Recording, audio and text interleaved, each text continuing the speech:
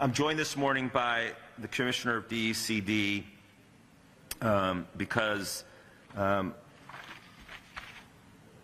and the state of Connecticut have sent a letter this morning to Kathy Engelbert, the Commissioner of the WNBA, commencing an inquiry into the circumstances surrounding the potential sale of the Connecticut Sun. Let me say, first of all, this is probably a gigantic understatement. The state of Connecticut, and I know the governor and I know the commissioner, are as committed as we could be to keeping the Connecticut Sun, our team, this is our team, here in Connecticut.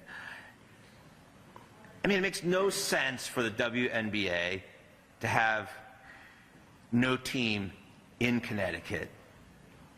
The WNBA has to have a team in Connecticut because Connecticut is the epicenter and the heart of women's basketball.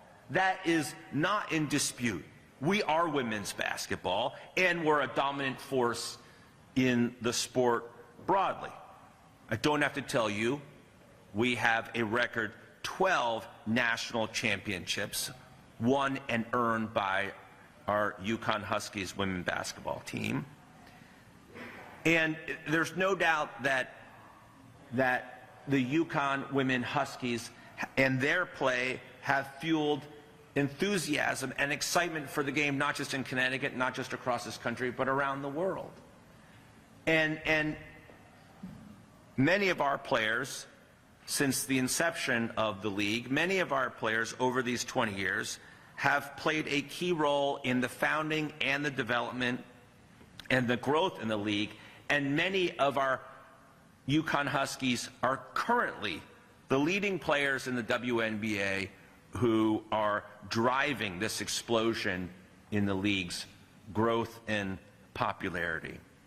So it also cannot be disputed that there would be no WNBA and there would be no worldwide growth in the popularity of women's basketball without the players, coaches, and the dedicated and committed fan base in and from Connecticut.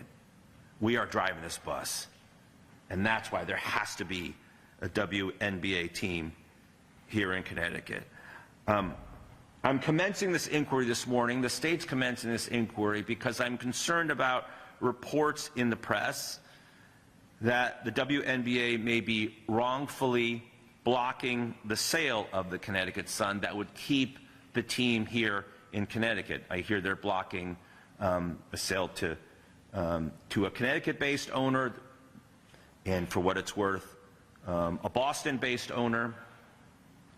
And I'm concerned that that they're doing so in a manner that might be anti-competitive and may violate state and federal laws.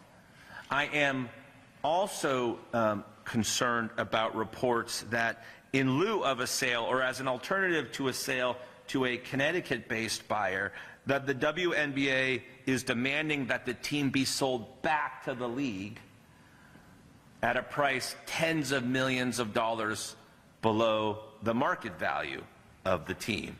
And then it seems to me that it could then be sold later to an owner approved to move the team to a city, to an expansion city.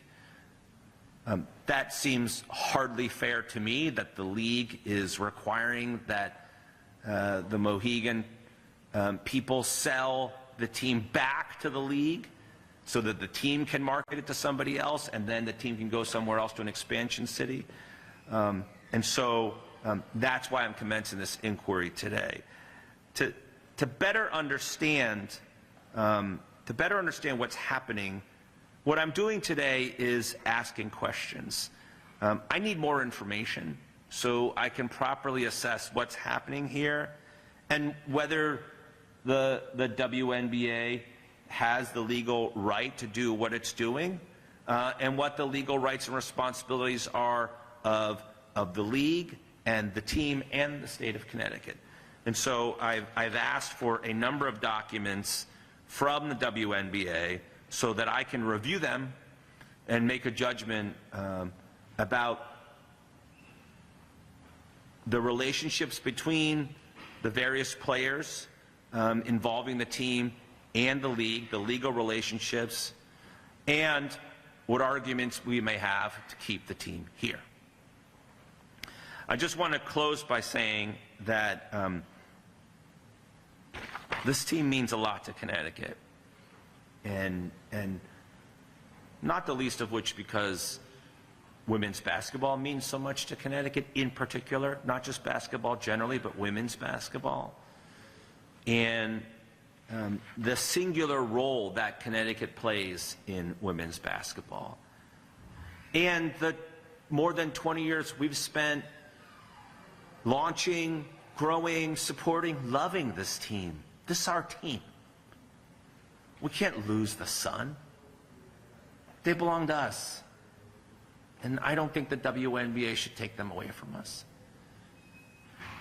And if they try, I'm going to fight. Yes, I use that word again. I'm going to fight as hard as I possibly can. And we're going to exhaust every option to keep them here where they belong. All right, with that, I'm happy to take questions. This is a request. This is not a subpoena. So if they say, thank you, but no thank you, Mr. Tong, what's your response? Yeah, we'll cross our bridge when we get to it. While I am requesting this information, I'm doing my legal analysis about where we are, and there's a body of law around the movement of teams, about the relocation of professional sports teams. There have been a number of antitrust cases involving professional sports teams. So I'm looking at all of that, and my sincere hope is that the league takes the request, not by the Attorney General, but by the state of Connecticut, that the league takes the request from the state of Connecticut seriously and provides us with documents that they should have no problem showing us. I mean, I'm asking for the basic governing documents that establish the relationship between the team and the league. I don't think that's a secret, but I don't have them. And so I'd like to see them. Given that the state, one of the scenarios in which the state could end up as an owner or part owner, how is this action not running the risk of being seen as hostile and counterproductive? Well, I don't take it as hostile. I hope the commissioner and the league don't take it as hostile. I'm doing my job, right? I'm asking. The other commissioner, not this one. Yeah, right, the other commissioner. WNBA commissioner. We're good.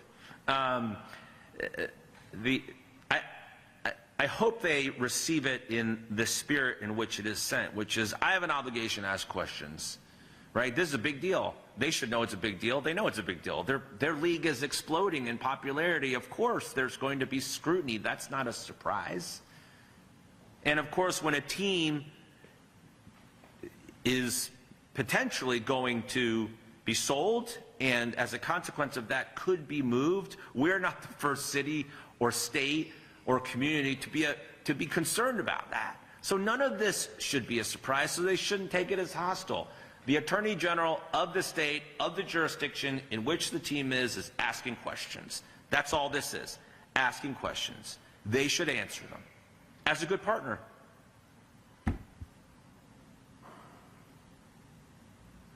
Anybody else? Yes. Senator William Tong also sent a letter to W on Monday to the commissioner. Yes. I'm wondering if either of you guys have had a response from the W or acknowledgement that your letters have been received. Yeah, my letter's going today, and so I don't expect to have received a response yet. I don't know if Senator Blumenthal has received a response. Are you acting today in consultation with the Mohegan Tribal Nation? I have been in communication with the Mohegans to, just to touch base with them and understand that, they'd love the team to stay in the Connecticut too. I think it's fair to say.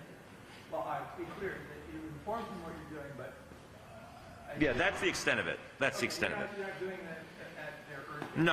No. Taking this action, look, yes, of course, I gave them a heads up because that's the right thing to do.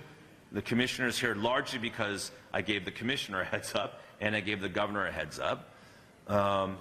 And when I take an action like this that affects so many people, it's generally the polite and courteous thing to do, which is to reach out and say, I plan to do this. Nobody has told me not to do it, and so I'm doing it. Did you ask the governor to come? The governor and I have been in close communication on this, and it was his view that the commissioner is most knowledgeable about what's happening, so we agreed that it would be me and Dan. What's the next step if they don't comply?